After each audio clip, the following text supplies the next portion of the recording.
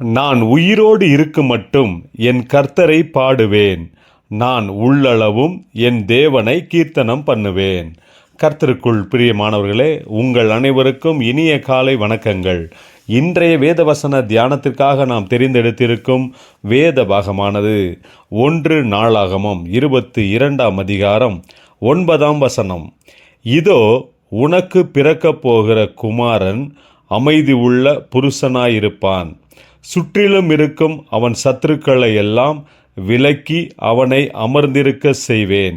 ஆகையால் அவன் பேர் சாலமோன் எனப்படும். அவன் நாட்களில் இஸ்ரவேலின் மேல் சமாதானத்தையும் அமெரிக்கையையும் அருளுவேன். பிரியமானவர்களே, இன்றைய வேத தியானத்தின் தலைப்பு அமைதி உள்ள சமாதான புருஷன் என்பதே.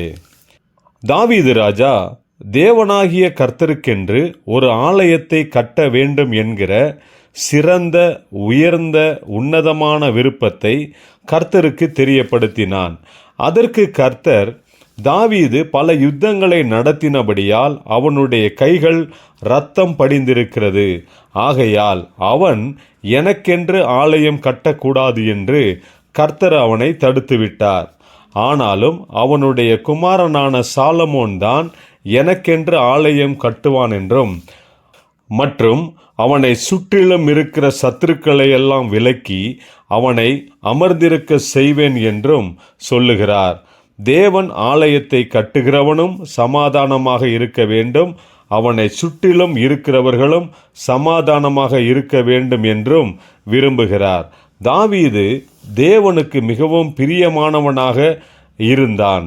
தாவீது யுத்தங்களை செய்ய சாமர்த்தியத்தையும் அவனுக்கு வெற்றியையும் கர்த்தரே கொடுத்திருந்தார்.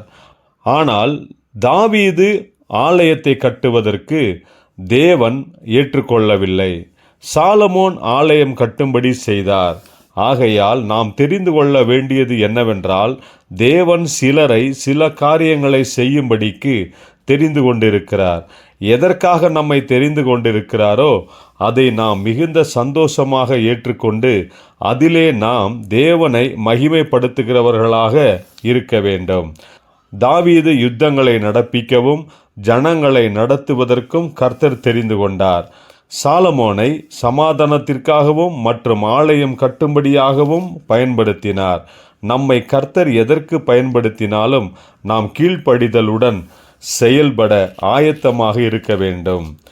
ஜெபிப்போம். ஜீவனுள்ள தேவனே, உம்முடைய சித்தத்தையும் திட்டங்களையும் எங்களிலே நடப்பிக்கும்படி எங்களை உம்முடைய கரங்களில் ஒப்புக் கொடுக்கிறோம். நீரே மகிமையடையும். இயேசு கிறிஸ்துவின் நாமத்தில் ஜெபிக்கிறோம் நல்ல பிதாவே. ஆமேன்.